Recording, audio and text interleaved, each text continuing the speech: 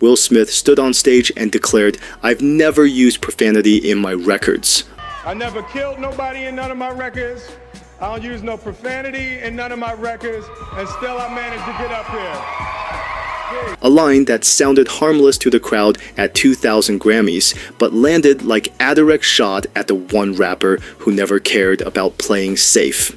When that moment resurfaced beside Eminem's blunt response, "Will Smith doesn't gotta cuss," Will Smith don't gotta cuss in his raps to sell records. it forced everyone to ask why Will chose to call out someone like Eminem in front of millions, whether he truly believed Eminem would ignore it or if he misjudged the kind of man he was aiming at. What really happened behind the scenes when Eminem fired back so hard that Will never said another word after that? Stay tuned.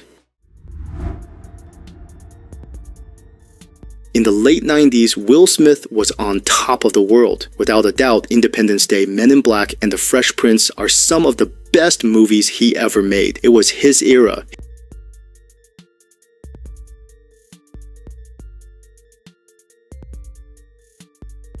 His record, Big Willie Style, sold more than 10 million copies and he won another Grammy for it. Parents loved him, record companies believed in him, and the business saw him as the ideal safe rapper. Because he didn't swear, cause trouble, or threaten the system, he became the face of clean hip-hop that could sell.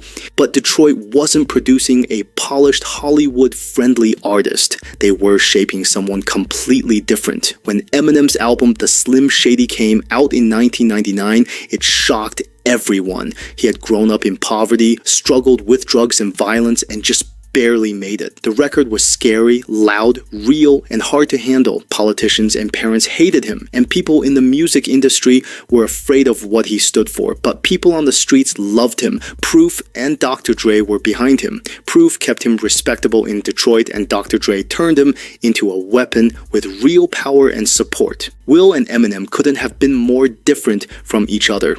While Will led a life filled with custom suits, studio lights, hit movies, and conversations that satisfied the PR department, Eminem's life was full of legal trouble, rap fights, trauma, lawsuits, and being shut down all the time. They lived in two separate worlds that were never meant to meet until they did. Will made that moment happen at the 42nd Grammy Awards in February 2000. Separately said, "I have never used bad language in my records. Curses aren't needed for rap to do well." I never killed nobody in none of my records. I don't use no profanity in none of my records, and still I managed to get up here. Even though the crowd cheered, Eminem took it as a direct hit. Hollywood wanted rap to look like Will did. Clean, safe, and well-liked by the industry. Eminem, on the other hand, was the exact opposite. So when Will said nice things about good music, he was really criticizing artists who were in real pain and didn't have Hollywood to protect them. People inside the music industry said that executives wanted Will to be the face of hip-hop and speak for the whole business. At the same time, Eminem felt like he was being attacked from all sides. His TV performances kept getting censored or restricted, his family sued him, and watchdog groups kept an eye on him. Will's reply was the last straw for Eminem. It was the one thing that made him decide he wasn't going to let this go. Eminem finally lost it 3 months after Will Smith said that about good music at the Grammys. He put out the song The Real Slim Shady in May 2000, and it quickly shook the whole industry. Will the real Slim Shady please stand up? I repeat, will the real Slim Shady please stand up? In the middle of the song, he said something that would be heard all over the world. Will Smith doesn't have to swear in his raps to sell records. Will Smith don't gotta cuss in his raps to sell records. Well, I do. I agree, so forget about him and you too. There wasn't a trick or a smart metaphor. It went straight for the man whom everyone in the industry loved the most. The line worked because it went right through the picture of Will. Hollywood loved him, people trusted him, and the Grammys almost always put him in the center when he walked in. Eminem didn't care about any of that though. He showed everyone that he wasn't scared of the so-called golden boy of hip-hop by calling him out in public. People in the streets loved it. In the school halls, kids said that line over and over. The edited version was played all the time on MTV. People began to pay attention for a different reason as the song rose in the charts. It was no longer just music. There was a shot. Will Smith wasn't laughing behind the scenes. People who work in the industry say he wanted to react, but his friends and family told him to hold off. Rumor has it that Dr. Dre quietly sent a message through mutual Hollywood contacts telling Will to let it go. And that warning wasn't just about Eminem alone. M had a whole machine behind him. Proof backed him on the streets of Detroit. Dr. Dre protected him inside the industry. Jimmy Iovine controlled the label's power. D12 stood with him, and 50 Cent was about to join the circle. It wasn't one rapper Will was facing, it was an entire powerhouse. Now that the first punch and kick had been thrown, the real question wasn't who made fun of whom, but why Will Smith didn't say anything back. The next part explains why silence wasn't a mistake.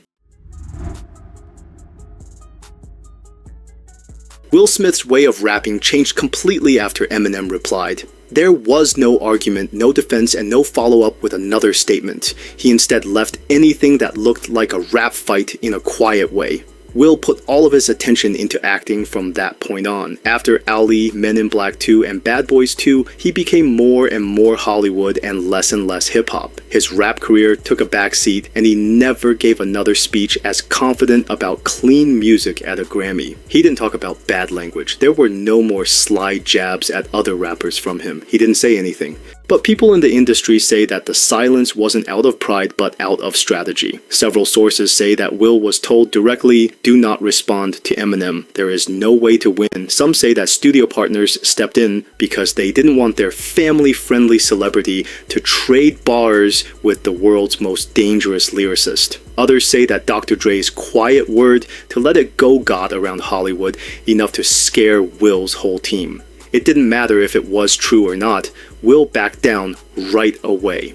The silence didn't end the tension either. Even years later, whenever Will and Eminem ended up at the same award shows, you could feel the distance between them. Don't look at them, not a greeting, there are no contacts at all. Planners of the event are said to have put them at opposite ends of the room. Fans even shared videos of the men's body language because they showed how hard they were trying to avoid each other. One of them stepped back before the beef started, so it never turned into a full-on war.